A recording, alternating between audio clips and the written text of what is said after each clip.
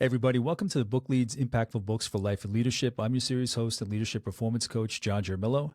This podcast series is about getting to the books that have impacted the lives of the people in my network. So these are great leads that I'll be interviewing to get to those books that have made a difference in their life, in their work, in their careers, their business, whatever it may be.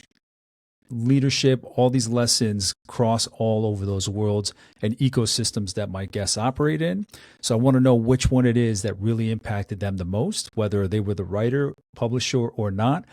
And the three categories of books that I cover in this series are the first category where they're sharing a book with me that I haven't read, a second category where we're covering a book we've both read, whether specifically planned for that particular episode or something we happened to read in our past lives before we even met, before the series.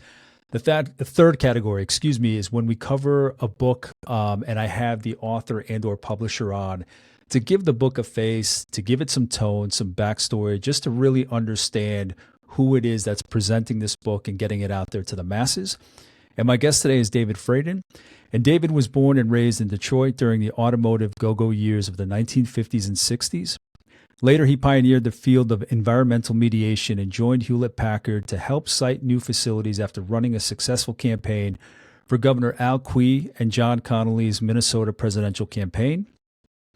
While at HP, he was classically trained as an HP product manager during the 50 years that HP grew 20% a year. He was recruited by Apple to bring the first hard disk drive on a PC to market and later became the Apple III business unit manager at the same level as Steve Jobs by heading the Apple III product line and providing the profits which helped fund the development of the Macintosh. He's the author of several books. The first, Building Insanely Great Products. The second, Organizing and Managing Insanely Great Products. And the widely published Successful Product Design and Management, all available on Amazon, and that's outside of the book that we're going to be discussing today. He's trained companies such as Cisco on product success worldwide, and his mission is to help products succeed. Outside of all that work, he's a commercial pilot, flight instructor, and advanced ground instructor, in addition to a certified SCCA race driver and whitewater rafting guide. Everything, right, Dave?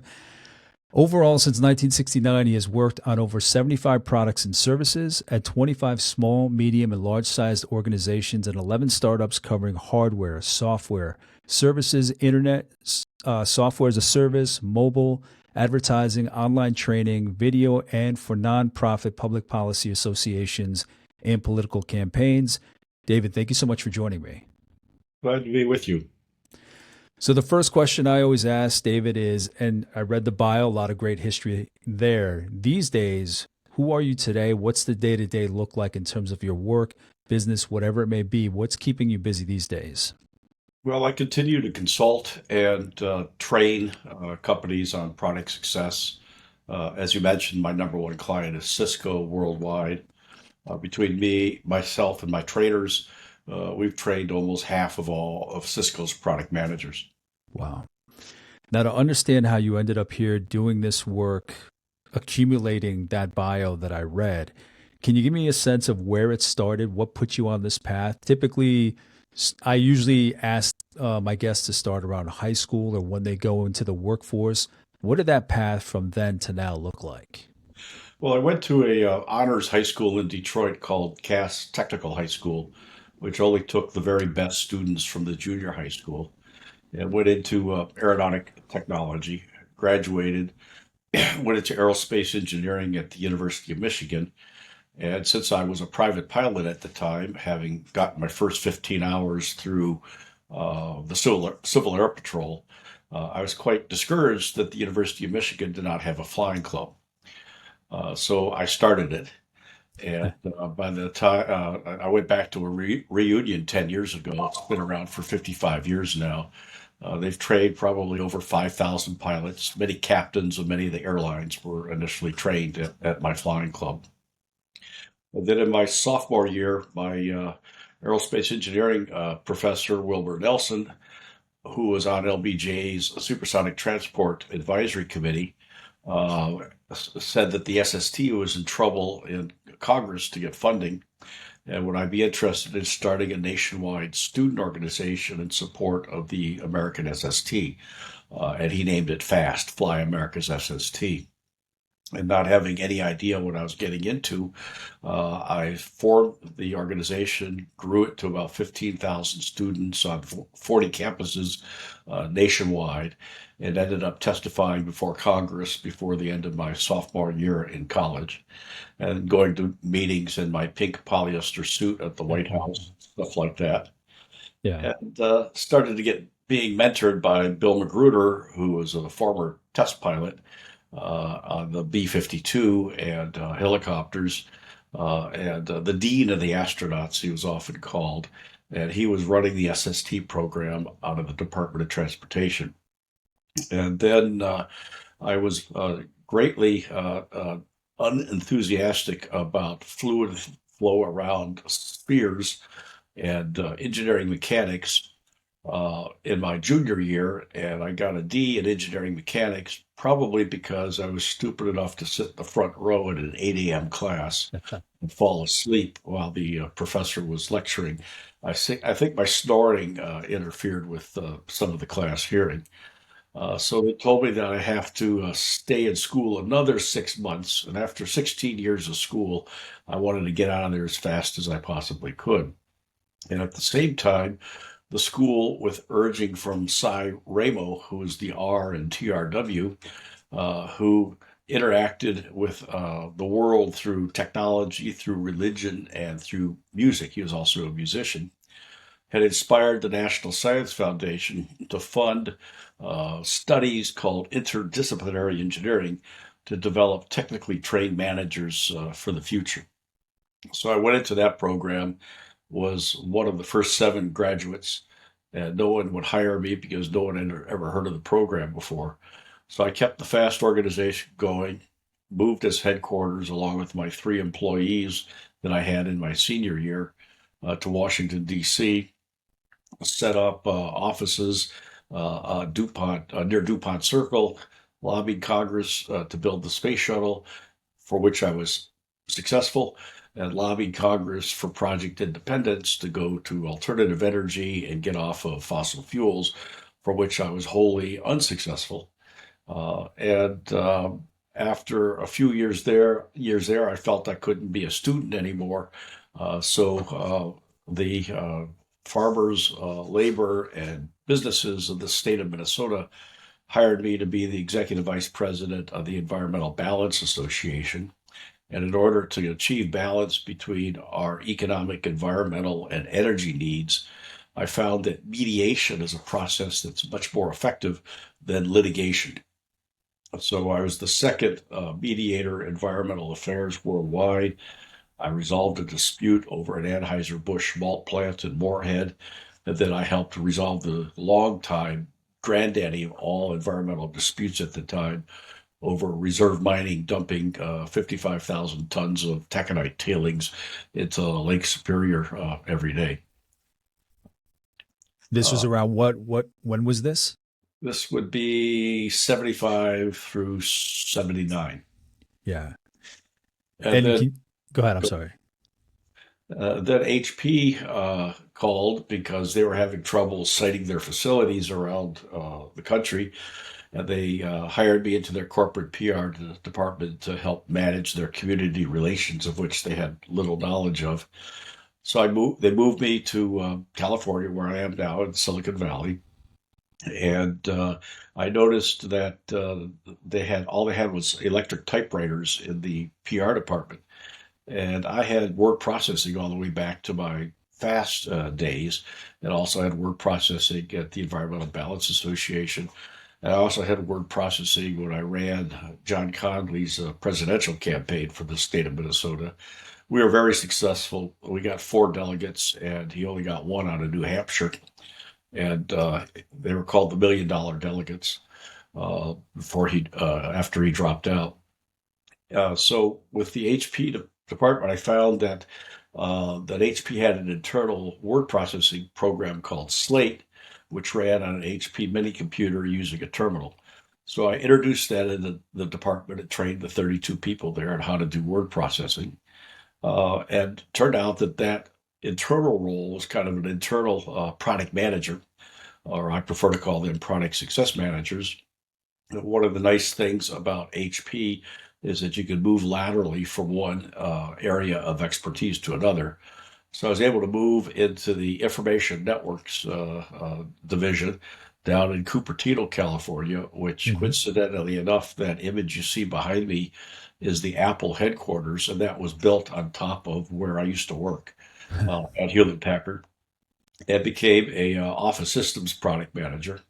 And Apple at the time was well known for recruiting trained product managers from HP, so they recruited me to bring the Apple Profile to market, which was a hard disk drive. It was extremely large. It was 5 megabytes in size, which was about the amount of space that we consumed in the last 30 seconds. Yeah.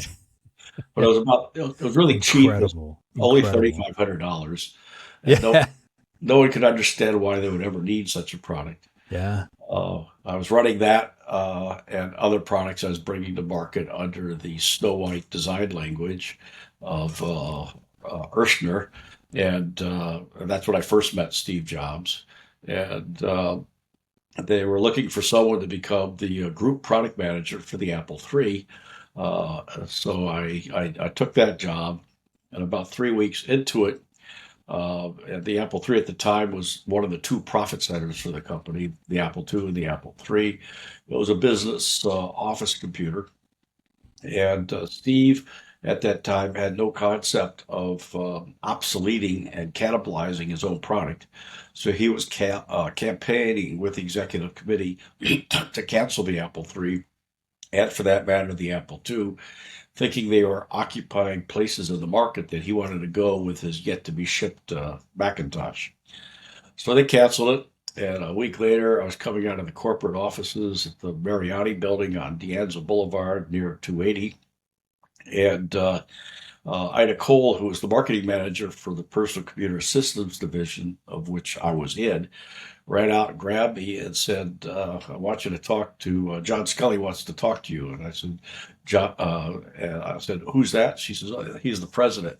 So, oh, yeah, I met him once or twice. So they ushered me into his little conference room, and Joe Graziano, the CFO, was sitting there, and Del Yoakum was sitting there, the VP of manufacturing and the future president of Apple. And Scully was sitting at the end of the table looking at a super VisiCalc, a spreadsheet, and he says, Dave, we have $30 million. That's about 250 million today. The piece parts spread for the Apple III between our manufacturing facilities in Singapore, Dublin, and Cork Island, I should say, and in Dallas. What should we do? And I said, what do you mean we, paleface? And he didn't get the joke. So I had to explain to him that there's this guy that does good called the Lone Ranger. He wore all white, had a mask so no one knew who he was. He had a silver bullet, a white horse named Trigger, Yep. and he had an Indian sidekick by the name of Tonto. Yep. Now, when I tell this story to people from India, I have to say an American Indian sidekick, Tonto. And Yeah. they're galloping through the desert, surrounded by 10,000 yelling, screaming American Indians. And Lone Ranger turns to Tonto and says, Tonto, we're surrounded by 10,000 yelling, screaming Indians, and all they want to do is scalp us. What should we do? We. Tonto, the Indian, says, what do you mean, we, paleface? Yeah. So Scully somewhat scuffed it at the other people laughed. And he said, I said, I've had the full responsibility for the product line, which was producing about $600 million in sales each year, but I have no authority. Give me the authority commensurate with responsibility. Uh, Set me up as an independent business unit so we can move swiftly and get things done. And I told him about the division business model of HP, which helped contribute to their 20% year growth for, at that time, it was 40 years.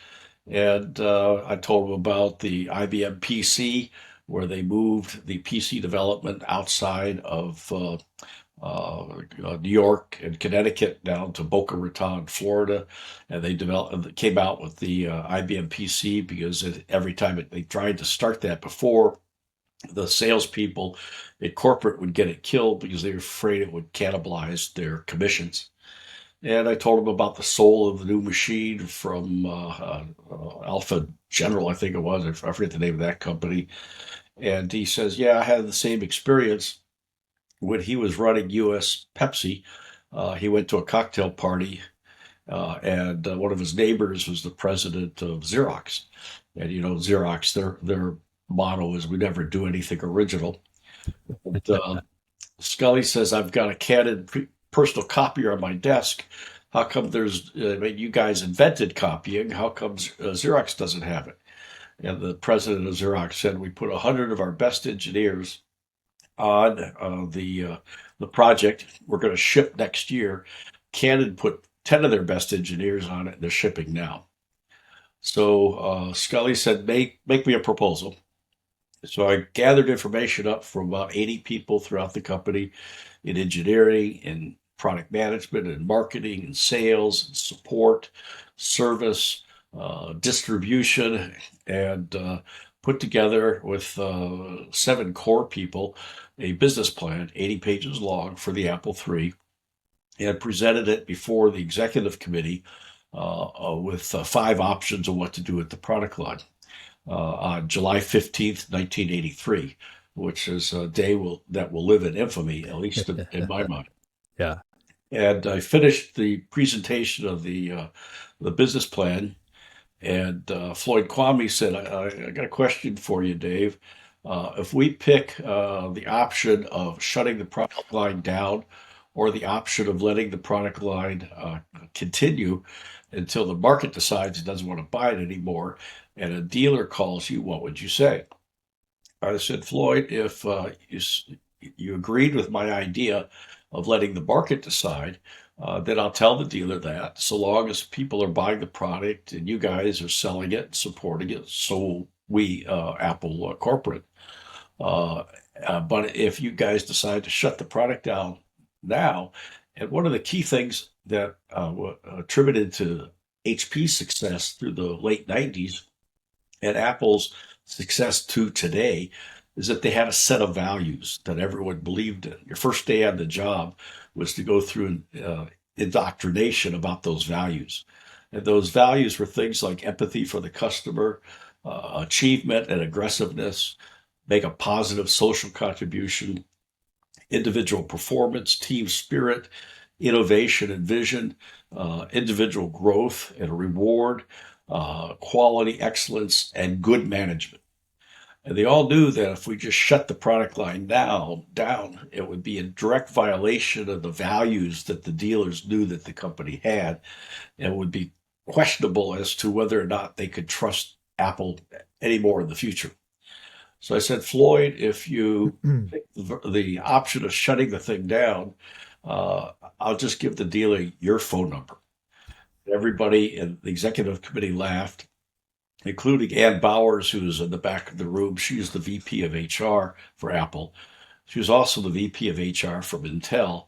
And in my research for my book, Building and Sailing Great Products, I found indications that she borrowed the HP way of values, brought them to Intel, and then helped bring them to Apple in 1978. So they knew exactly what I was talking about.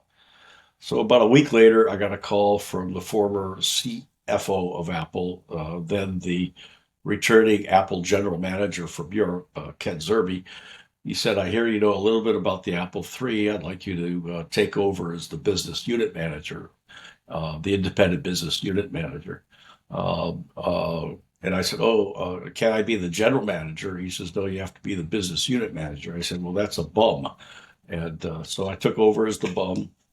They gave me a head count of 17 people, $5 million, if I recall. I could do anything I want. I could spend up to $200,000, which would be about 10 times that today, with just my signature. And we went out over the next 11 months, sold off all the inventory, 25,000 Apple IIIs, made it the 3rd most popular computer in the world at the time in units sold. Apple II was number 1, PDP-11 was number 2, my product was the number 3, It generated enough profits to help fund the development of the Macintosh and keep about 1,000 to 15 overpaid Apple employees employed for the next year. And then I exited the company. And then after that, I was recruited by a company in Southern California called First Byte, and we brought the first text-to-speech software to market, which sold for $150. It was the second or third best-selling software on the Mac at the time. And that was primarily because Apple sold 100,000 Macs, and you couldn't do anything with it. But in this case, I was trying to pitch it. This was a way that you could have your computer read your spreadsheet back to you for verification purposes, or read your essay back to you, and so forth. Nobody cared about that. I found through my market research that the number one thing was used is they would take the Mac, stick it on the middle of the dining room table during a cocktail party, and people would take turns typing in swear words just to hear the computer swear. So it was a game instead of a useful business tool. Then I went to a company my uncle, who was an investment banker, had funded, trying to do documentation like PageMaker and computer-aided design like Autodesk, sitting on top of a relational database. And they were having all sorts of trouble selling it. So I found a market niche called technical documentation, assembly instructions for electronics, and sold it to companies like Honeywell and Litton and a few others around the country. Then I was recruited as a product manager to bring a video editing on the desktop to market, funded by Vinod Kalashaw, who was the green venture capitalist here in the Bay Area. That was one of the co-founders of Sun, and left there and started my own dealership, Apple dealership, and desktop video dealership, which in 1992, the Business Journal in San Jose said it was the fastest growing company in Silicon Valley at the time. But I brought on board a couple of partners, gave up 50% of the company, so I was no longer the controlling stockholder. And those two guys decided that if they could drive me out of the business, they could keep all the business to themselves. And then they refused to honor the buy-sell agreement. And the buy-sell agreement and all the other corporate documents were about a half a foot tall. yeah. So we engaged in 9 years of litigation. I ended up winning. They would have paid me $200,000 to get rid of me at the beginning. They ended up paying me $200,000 9 years later, plus my legal fees and their legal fees. So it cost them about 1.2 million to finally get out of it. So I went off and started a company called Digital Enterprises and Communications, and we did computer-based and web-based training programs to teach how to sell things. Like we taught Unisys's Salesforce on how to sell their personal computers, taught Ross for Dress stores, the entire staff how to use an in-store cash register and cash system, and the terminals. And then I bought a condo in Maui in 2001 and had the bright idea of maybe I could start a business on an island in the middle of the Pacific, and I could live there in paradise. So I started a company called Maui Games with the notion of building video games for cell phones, and put advertising into it and sell advertising in order to make money. So this is what decade is this though? This is the early 2000s. Okay. But the mistake I made is I hadn't yet learned that the important thing for product success is to understand what it is your customer wants to do, when, why, where, how, what's standing in their Yeah. way, how important it is, and how Yeah. satisfied they are. And at the time, nobody was interested in running ads on cell phones. So I hadn't identified those 15 unmet needs, and I was early to market when the market was not there Yeah. yet. Now it's 4 or 5 years ago, I checked, it's over a $15 billion a year market, ads on on cell phones. So is that mostly because the smartphone wasn't out till the late 2000s, right? Yeah, that was primarily it. It was the iPhone in 2007 that really Yeah. kicked the thing off. Because Also, before that, it was what, like flip phones? yeah, flip phones and Nokia phones, Yeah. Oh which did God. not have enough memory to Yeah. do the ads. Yeah, I remember those. So then I was recruited by a company of ex Google engineers that were developing recommendations like the Google recommendation engine. And I sold that to Sears in 2007, 2008. And it appeared on the Sears website, the Kmart website. That was about a $15 million deal. And they gave me a nice bonus and exit strategy. And then I found a job with a company teaching product management and product marketing. And I was there several years. And then I started my own company doing the same thing, wrote those books, wrote a series of courses which are delivered online or in person, teaching companies how to have successful products. And the reason for that is about 35% of all products worldwide, or about $1 trillion, is wasted each year in product failures because they don't follow the 5 keys to product success, which I teach in the books and in my courses. Then a cousin of mine had in her possession a bunch of letters that my dad wrote home during World War II and after, uh, primarily to his brother, who was a librarian, the librarian of the Navy, and he kept them all. And somehow my cousin came across them and sent them to me, and they're really funny letters. So I started researching the history of my family and my dad, found an 18-page oral history of my grandfather. That was a blacksmith to the governor of Kiev. And in 1914, he gave him a few $100 to get out of Ukraine, or then Russia. And he came to the United States before the next pogrom was going to hit. And the governor says, you'll get killed the next time around. So I continued to research the book, and I talk about all this in the book, and found that there's a Fradin group on Facebook, and one of the members of that group had come across the Book of Fradin from uh, France. And there's a lot of Fradins in France, and they went on to become merchants, artisans, priests, military men, the mayor of Lyon, France. And at the end of the 18th century, one of them was a French cardinal who took the name Louis Joseph. And then when Napoleon became emperor, Jean Fradin, a colonel, was appointed a lieutenant colonel in Napoleon's army. And one of them, who was his King Joseph, I think it was, appointed one of my predecessors, Duke of France. It was King Philip the Sixth. So that's why that book, Letters from my Hymie, is under my name, Duke David Fradin, Oh, because under French aristocracy tradition, if a person is appointed a duke, the they're really. males and Uh, descendants are all dukes. I'm conveniently ignoring what the French Revolution did in terms of getting rid of that. They like to use the name Duke.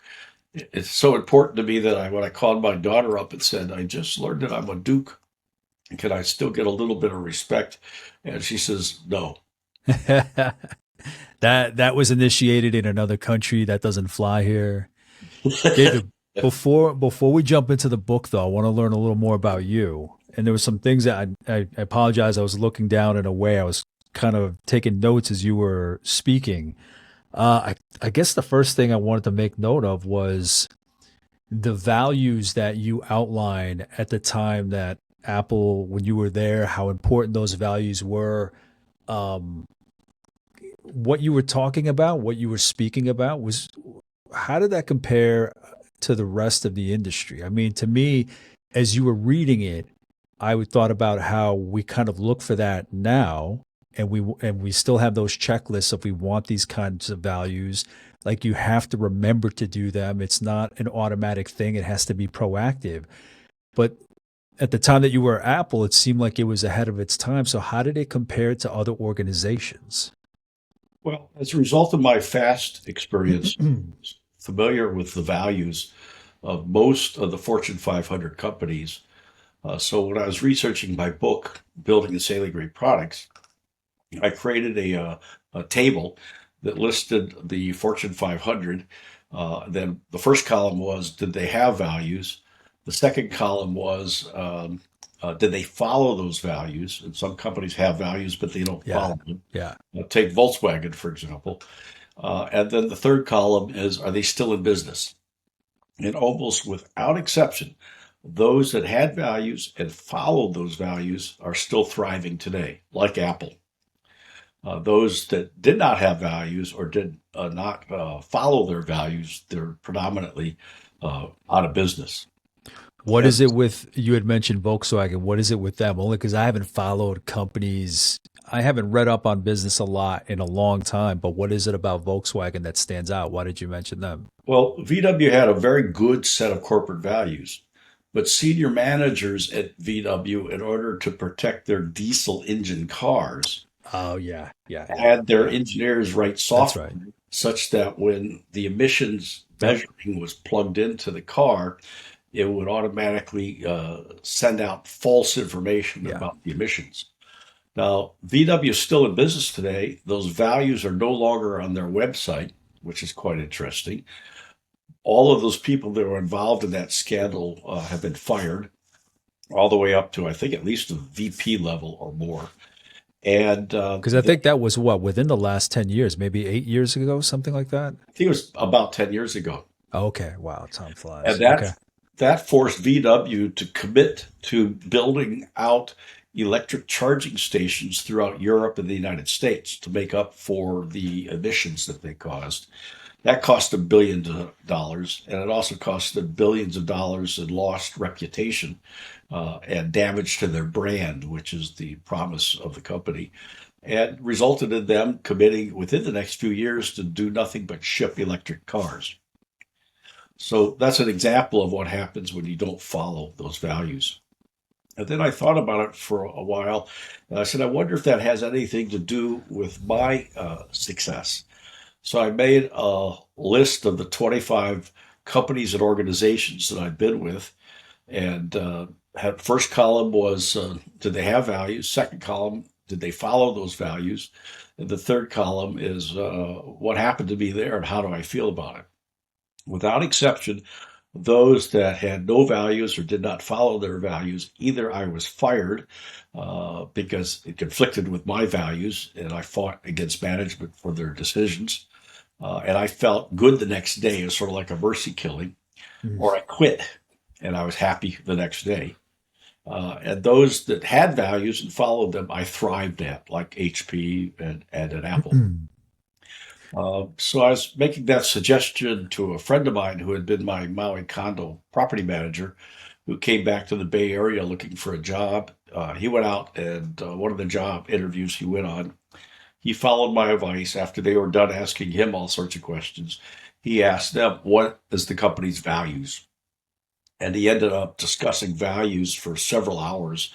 They ended up hiring him, and he's been very happy and very successful.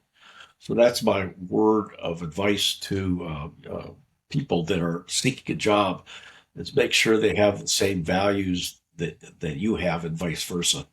Otherwise, you're going to be very unhappy on the job. David, you had spoken before about how important it was when new people came on at Apple, for instance, maybe and or HP, when they came on, kind of the indoctrination, the introduction to those values. How did they maintain them? Meaning, in practice, what did it look like in practice to maintain and sustain that list, or the greater part? What was it that it took to make sure that they stayed in place and they weren't just a nice little design on the lobby wall? Like, what did that look like in practice on the ground in the day to day?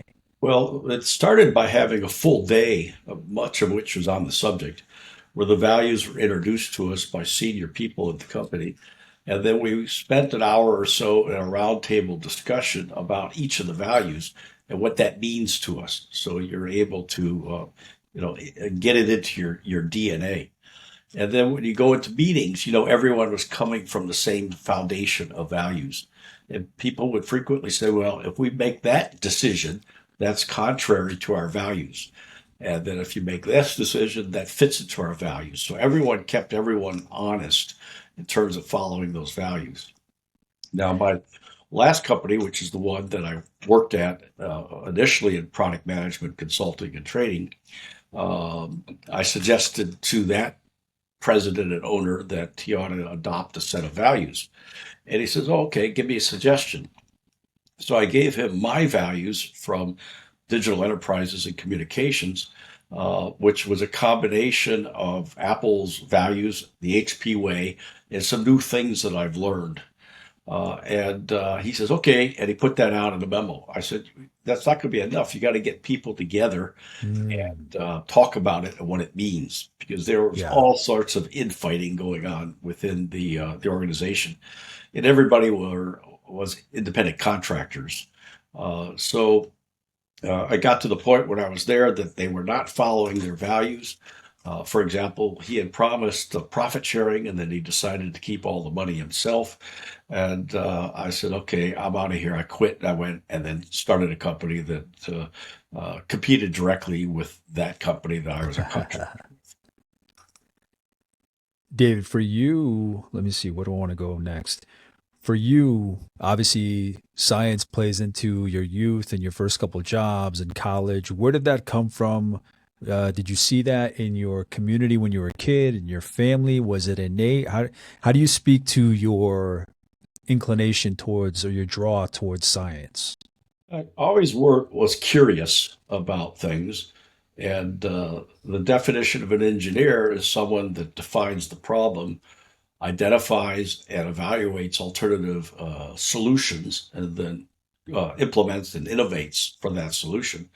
So I think the turning point, when I was about 10 years old, I was sitting in the right front seat of the family car, and my mother was, we were parked. She was in the driver's seat, and she was a remarkable lady. She met my dad at a USO dance. She was a USO hostess during World War II. I think it was in 1943 in Detroit. And she had a master's degree in English. And this was a lady that was born in 1921. So she was, I don't know, at that time about 30 years old. And she had a master's degree in English. And very few women even had a college degree, much less a master's degree from Wayne State University. So the question she asked me was, what do you want to do when you grow up? And I was fascinated with electricity. So I said, I want to be an electrical engineer. And that gave me a North Star. That gave me a direction to aim for. It didn't matter. I did not know then, but I know now. It didn't matter that I never ended up as an electrical engineer. I diverted into aeronautics and aerospace engineering, but I had a direction. And that's what I encourage all young people to do, is instead of saying, I don't know what to do, what I want to do, I don't know what kind of job I want, I don't know where I want to work, pick something. And at least by striving towards that something, you may identify something that you really like. And then can you speak about your shift, your journey? Again, I love the point you just made, where you don't have to nail it specifically what you're going to be right away.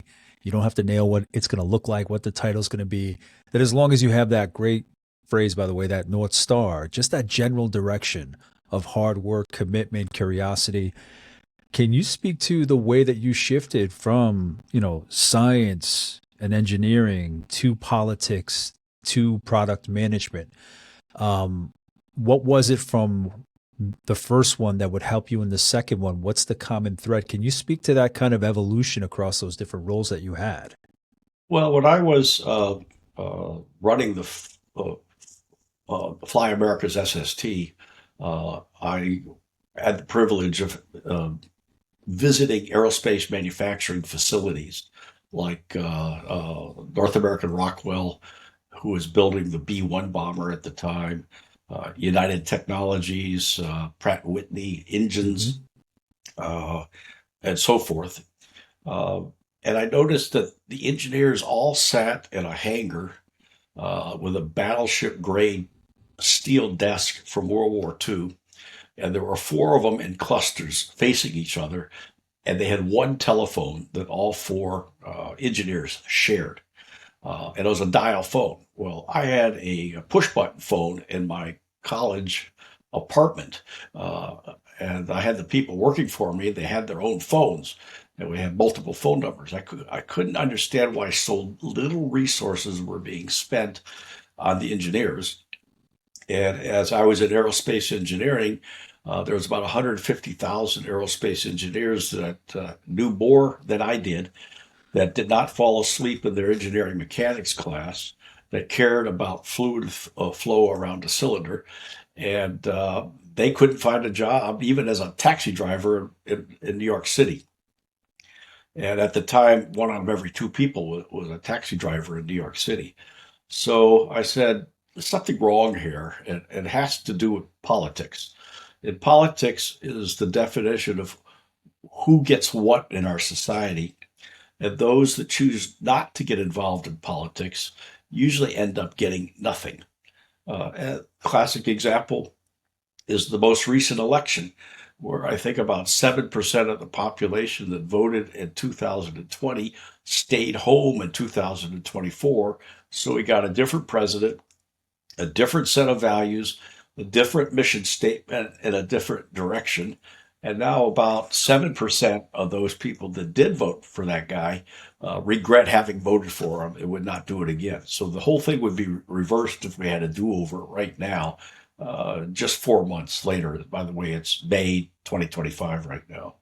Yeah. So I decided to get into public policy, which included the space shuttle, energy, and environmental issues.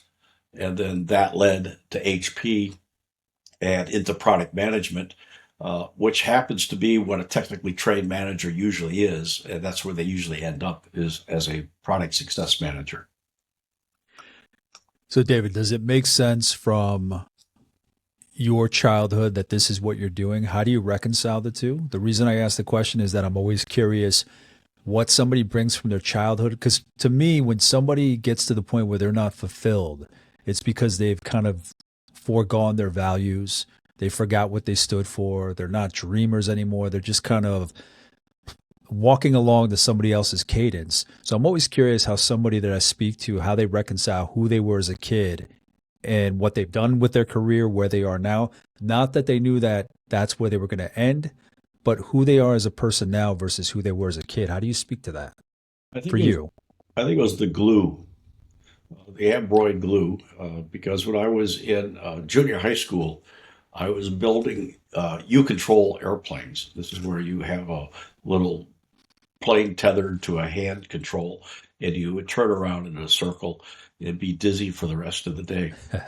And I had an air force of about 25 of these aircraft that I built, including a C-47 DC-3 with two engines. Um, and every time I come home from school, when I was in junior high school, I'd go down in the basement and I was gluing these things together. And later, they started locking up the glue in the drugstore because kids were buying it in order to sniff it. Well, I was able to sniff it without knowing what was going on. So I felt good doing things in aviation, and also joined the Civil Air Patrol, where I learned what leadership is all about.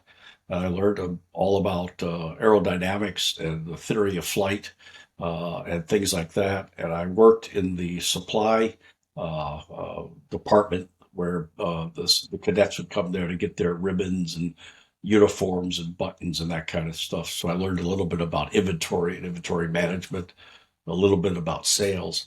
So that all produced and came together when I started the Flying Club at Michigan. Okay, so was that Michigan that you what got your license or No, I worked at a submarine sandwich shop making $1.25 an hour minimum wage. and paying for flying time with an instructor, which was $9 an hour. So Wow. I'd have to work for like, what, 12, 13 hours to go 1 hour in the air. Yeah. And by the time I got to college, I had my private pilot's license and about 50 hours of flying Yeah. experience. David, what do you consider your superpower? I think it's an ability to identify a problem, boil that problem down to its key elements, and then devise a solution with alternative solutions, and then make a decision as to which is the best alternative to pick. And then I wanted to ask a question about the politics. So you mentioned, you saw what was happening with engineers, the resources they weren't getting. You felt that they should be allotted more, they should be asking for more, and you saw that as a matter of policy and advocating for yourself, in so many words. So how did you actually pull the trigger and get connected to the politicians that you worked with? Well, I was at a senior influence level in the state of Minnesota. And in fact, when I mediated the reserve mining dispute, I commuted from Duluth, which is near Silver Bay, to Cleveland, where the owners of reserve mining were two steel companies there, Republic Steel, and I forget the name of the other one.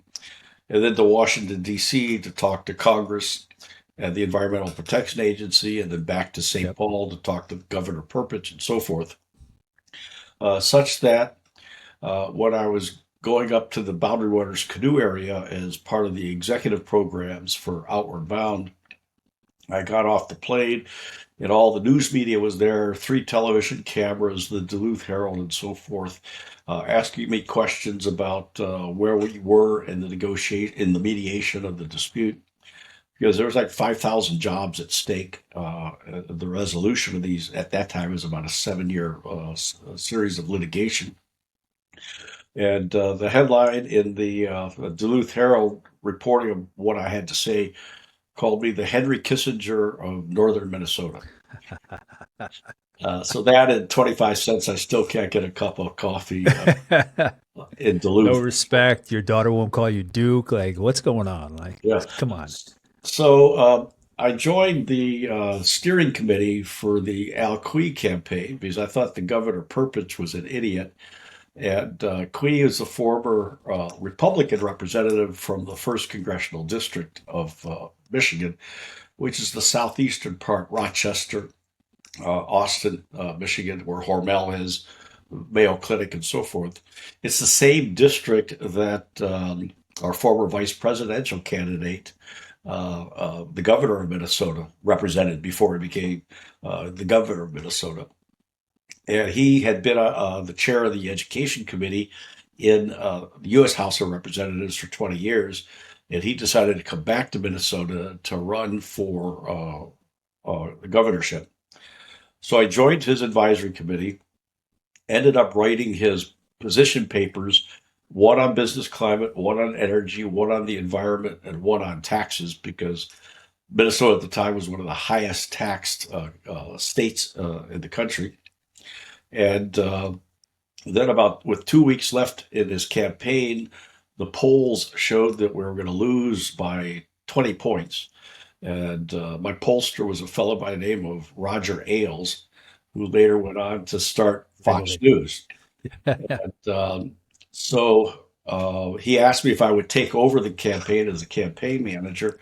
And I had all of the issue statements in terms of ads, speakers bureaus, TV ads, radio ads, print ads, all done, finished by my ad agency, following the messaging that I was able to get out of Roger's surveys and pollings as to what issues were important and where in the state. And there's actually 3 sort of generic demographics: northeastern Minnesota, central Minnesota, and southern Minnesota.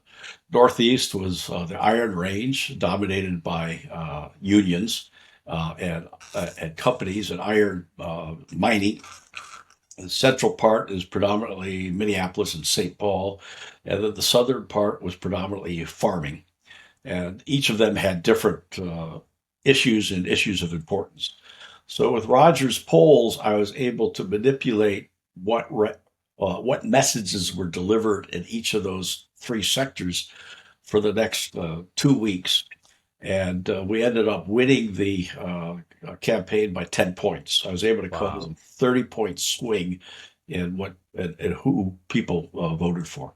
So that's that's how I amazing. got involved into politics. And then Conley asked me if I would run his presidential campaign in terms of the primaries. In the case of Minnesota, it was caucuses for the state of Minnesota. And then, David, before we jump into the book, last question. You've spoken to some of the attributes, some of the skills, some of the temperaments, or just approach people should have, but how do you define good leadership? What does leadership mean to you? First, it's integrity, to have a set of values and follow those set of values themselves, and to help others get wherever they want to go, to have empathy for their employees, to demonstrate loyalty to them from which you would expect loyalty back, to expect the people that work for you to do the best job that they can and understand it's okay to make mistakes because that's the way people learn the best. I learned that latter one as a flight instructor that my students learned more when they made mistakes flying the airplane, except when we were within 50 feet of the ground. And they learned more from that than by doing it right the first time because they have no idea how they did whatever it is they were doing right the first time. So that's David, what leadership means to me is you inspire your people to be the best that they can be. you've spoken, obviously, we've spoken, you've shared stories of values, companies, the way that they should operate, the way that they should keep these values front and center. Um, Question that is not in the list of questions I usually ask, but because this kind of came up during the conversation, I'm curious as as it relates to current times, recent eras, if you will, values, COVID-19, the Great Resignation, and whatnot. Because you've spoken of the values that companies should hold, the empathy that they should have for employees. Can you speak to a little bit your thoughts, share anything you might want to or can about that idea of the great resignation, companies losing sight of what was important to employees, and any thoughts on that? Yeah, well, we're going through an extreme example of that now under the Trump administration. Um, he ended his first 4 years in office with exceeding 30,000 lies. And I always wondered how is it that anybody can believe anything that that guy says? And then you bring in Musk, whose AI thing now, if you ask him a question about what's the color of tea, it comes back and tells you about racism in South Africa. And uh, I mean, how can you believe anything that they say? And then as they roam through the different departments of the federal government, firing people, and the way they found out they're fired is when their electronic pass doesn't work, trying to get into work, or their Yeah. password stops working on their email. And then Mm. they come back and say, oops, we made a boo boo.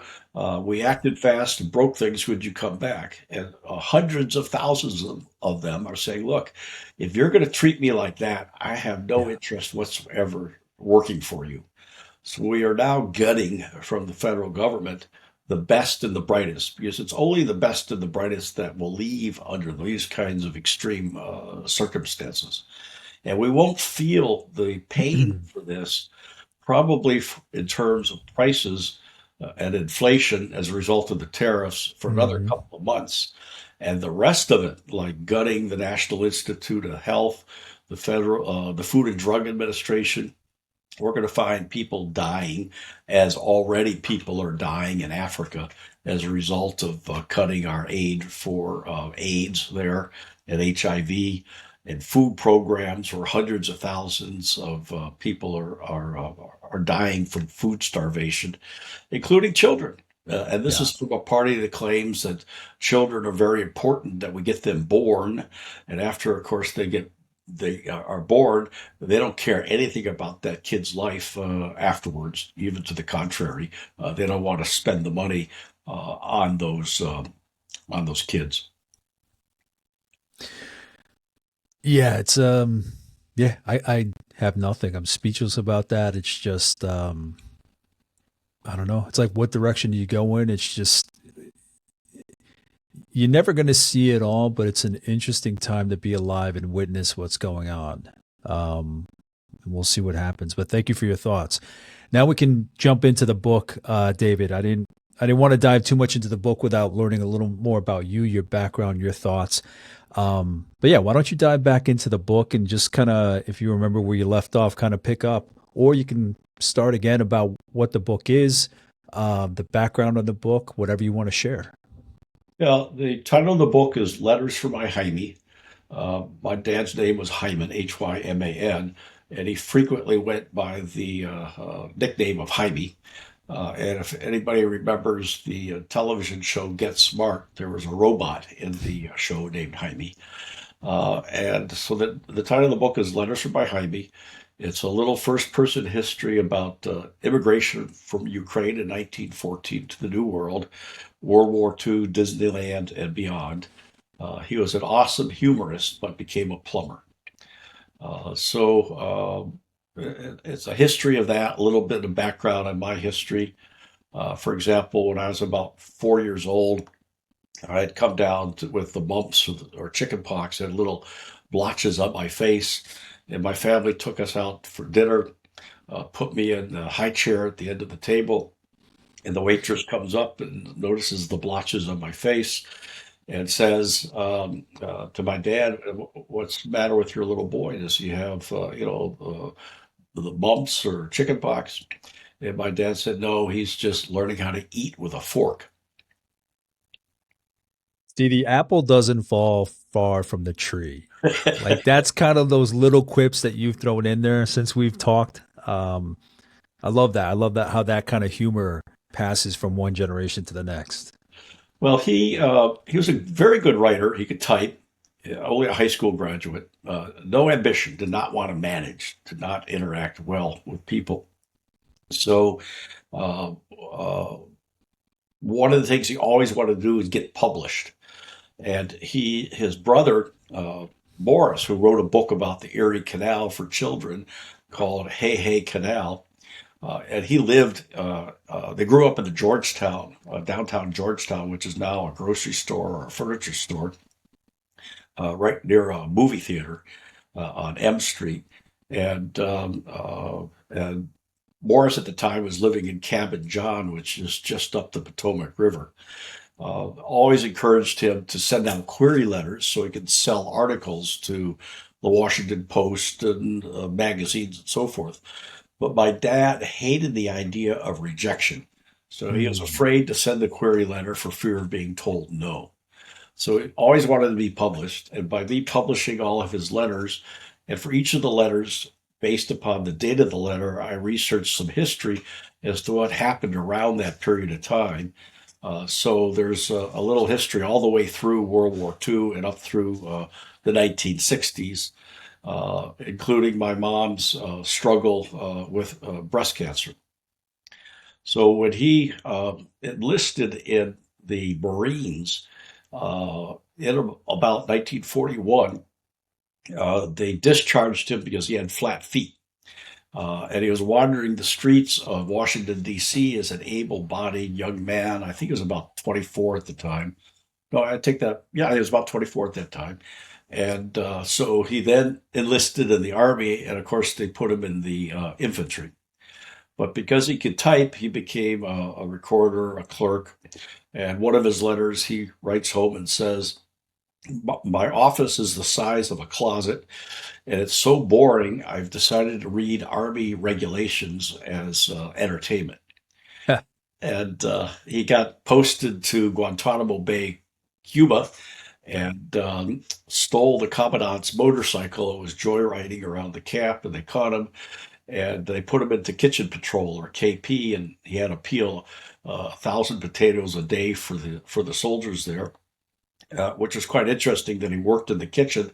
And growing up, I never saw him cook anything.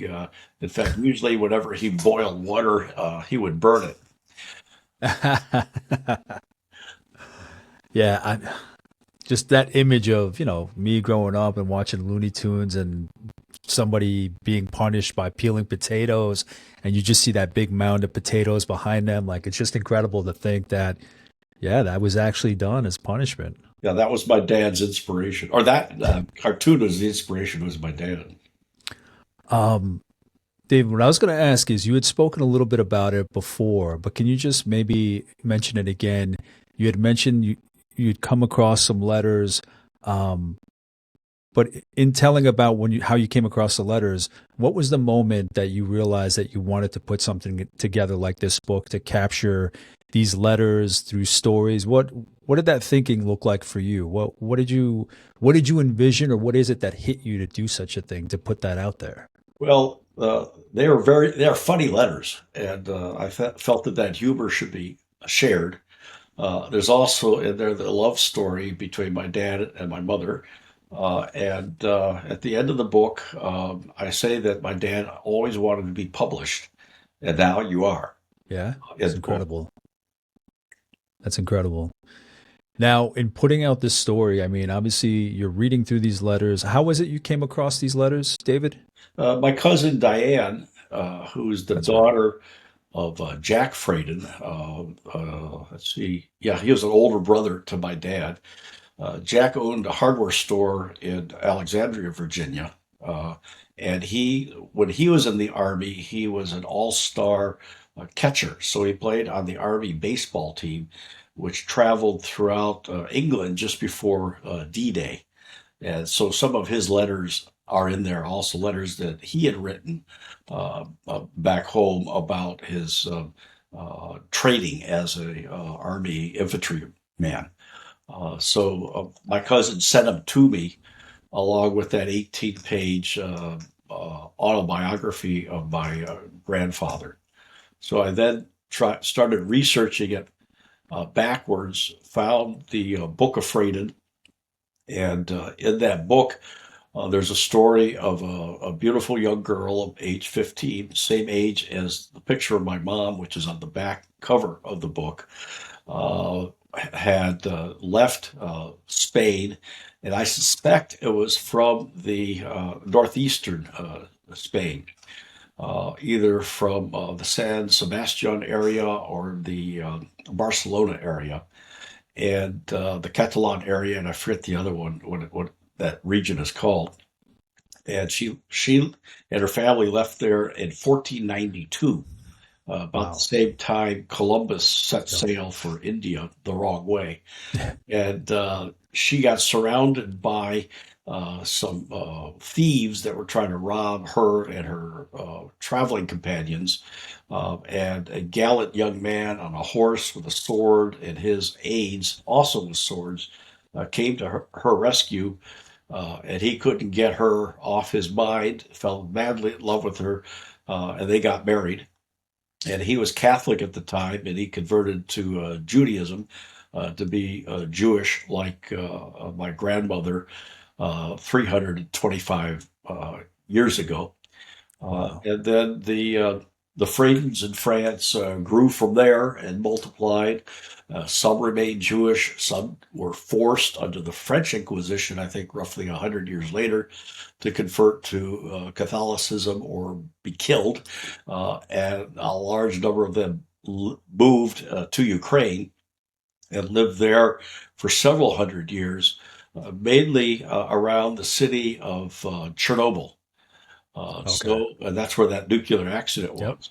Yep. So in 1974, when I was in Washington, D.C., I organized under detente the first Soviet America youth exchange, where we sent 5 students from America to the Soviet Union, in which the Soviets gave them tours of the Soviet Union, and they sent 5 Soviet students to the United States, and we arranged for them to tour throughout the United States. So these young people could learn, these young leaders could learn more about each country's culture.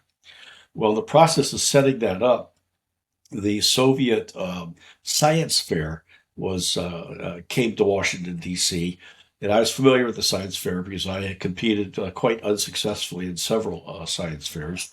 And the chaperones invited me over to their hotel room at the Watergate Hotel. This is after Watergate had happened, and uh, at the Watergate Apartments, I think. Yeah, it wasn't Yeah, yeah. apartments, was where the office was, which is right across from the hotel. And they started serving me test tubes filled with Russian vodka, and went down very smooth. And before the night was over, I promised to personally give them a tour of the White House because I could get a White House pass and the U.S. Capitol, and for some reason, the National Zoo. I don't know how the zoo got in there, but they got a tour of the National Zoo, and they asked me as we were sitting there drinking, "What's your last name?" I said, "Fradin." They said, "Jew." They knew immediately that Fradins and around Chernobyl were Jewish. So when I researched some of my fellow Fradins back in Chernobyl, these are the people there that glow in the dark. See, there's that quip. There's that quip. You can't help it. I know how it is. I get that from my dad as well. You just can't help it. Well, one of the interesting things I found in my research is that I asked my dad, um, "Did you know about the Holocaust during World War II?" He says, "Yes, he did." I said, "What did you do about it?" He never answered the question. Then in my research, I found that 550,000 American Jews joined the armed forces during World War II, like my dad and my uncle Jack. Mhm. That was 11% of all Jews in America served in World War II. So they knew what was going on, and they were doing everything they possibly could to defeat Hitler. Incredible. David, I'm curious in putting together this book and getting this book out there. Obviously, this is deep because it's your father, his letters, experiences, some things from your uncle. What did you take away from this book? How did you change? How did your mind change, your thoughts? What really hit you in putting out this book? Well, some of the points that I made earlier, and it also gave me a grounding and a heritage. I know where at least part of my family came from. And in fact, when I went to have lunch at a new Spanish restaurant in Palo Alto called Macarena, like the song, I've known the owner there because he had opened a half a dozen other Spanish restaurants around the country over the last 10 years. And I told him I was he was a relative of mine, and we laughed about that. And then there's a special on CNN now with Eva Longoria in search of Spain as she goes to the different regions of Spain over the 8 episodes and experiences the culture, the food of Spain in each of these areas. So it gave me a firm grounding as to where I came from. And then is there you've mentioned a few, but is there a particular story that stands out to you? They're all important. It's not to prioritize, it's not to pick the baby, but is there one that stands out particularly to you? Not off the top of my head. I think the coming out of Spain in 1492. And it was interesting when I went to Lisbon in 2016 to give a speech at a product management conference. The organizer of that took us downtown, and he says, "You see that square of concrete?" He said there used to be a Jewish temple that stood here, and over there is a Catholic church. The Catholics had uh, knocked down the Jewish temple and built a church right on top of it. And he said hundreds of Jews were slaughtered here in 1492. That was the beginning of the Spanish Inquisition to kill all the Jews, Yeah. which later occurred in France in 1572 is the date that I found. So begin to put those clues and those pieces together stand out in my mind. And your father, is he still alive? Has he passed? Did he know you were doing this with the book, with his letters? Did you ever He get a passed chance to away know in him? 2003, Okay. and it was my uncle that he sent the letters to, being a librarian, realized their value, and he saved them. And Okay. somehow it got into Diane's hands, and she mailed them to me, oh, probably about 10 years ago. So I always said that when I was done with my books dealing with product success, I would write this book, Letters from My Hymie, and then if and when I get around to it, I'll write my final book. It's going to be called Trippin', Life's Little Laughs, an unauthorized autobiography. Yeah, that was going to be my next question is what do you think is next for your writing? So you answered that one. Um, David, generally, what lessons do you hope others take from this book? Uh, a lot of Because it. even though it's based on your father's life and experiences, there's always lessons that can be taken away from something written in this nature. So what do you think people can take away? Well, I think one key thing is there was tremendous adversity from escaping the pogroms of Russia, from being in the United States and surviving through the Depression. My grandfather was a blacksmith. He was constantly in many jobs. He was beaten, so he would quit. So that's an example of the values that he didn't agree with. Then had a grocery store, a liquor store, a furniture store. He was a small businessman, Yeah. and they persevered through the Depression, through World War II. There's even letters in there where my grandfather, in order to not have to serve on the front lines in the Russia Japanese War, he burned his lungs with muriatic acid.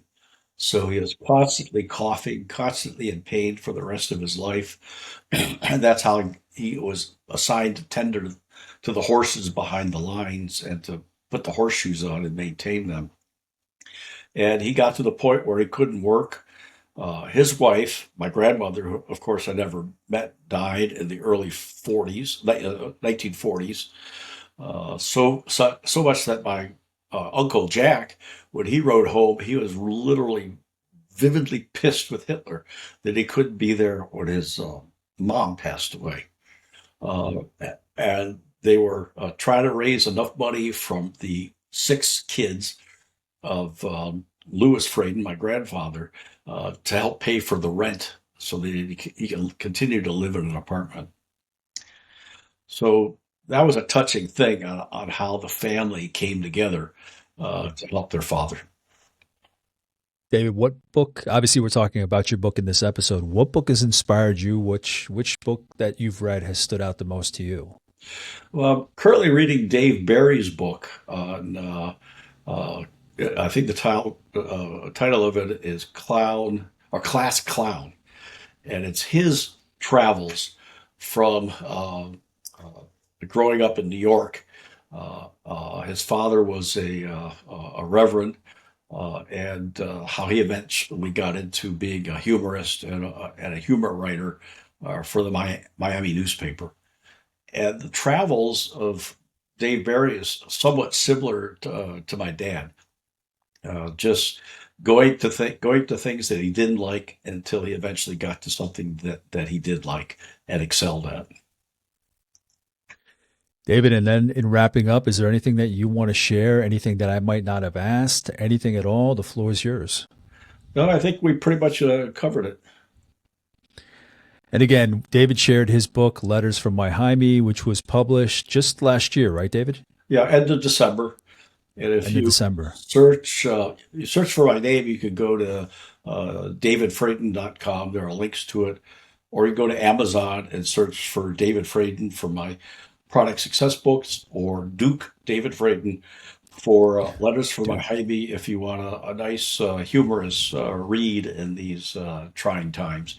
I'm hoping everybody that has been laid off by the federal government buys it. Yeah. Yeah, I think that would be an amazing read because you have that humor, you have that compassion, that empathy, the understanding of the values. You have the experiences through your father's eyes, through your family's eyes and history. Um, So I think that's what people need, just to kind of be seen, be understood, and just kind of have that empathy out there. Yeah, we'll see what can happen. But again, David shared his book, Letters from My Hymie, which was published in 2024. David, thank you so much for sitting down for this conversation. Thanks for putting up with me. No, not at all. It was amazing just hearing that rich history of your family, what you learned, just that connection you had to your dad, just through the humor. Anything that has to do with father-son connections and relationships, I tend to lose it at, just because I think it's just very touching and I can relate. So thank you for your time and thank you for sharing your story. And if there's anything that I might have missed, there's so much to cover, little time, but anything you're curious about that I didn't ask, please let me know, and I'll reach out to David, see what kind of insights, guidance, wisdom, knowledge I can get back in return. In the meantime, thank you for watching. Thank you for listening, and I'll talk to you soon. Take care. Bye. Bye-bye.